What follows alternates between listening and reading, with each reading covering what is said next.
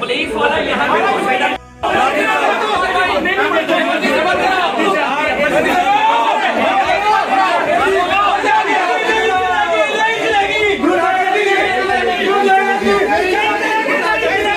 police वालों को बाहर, पुलिस वाले एडमिन से बाहर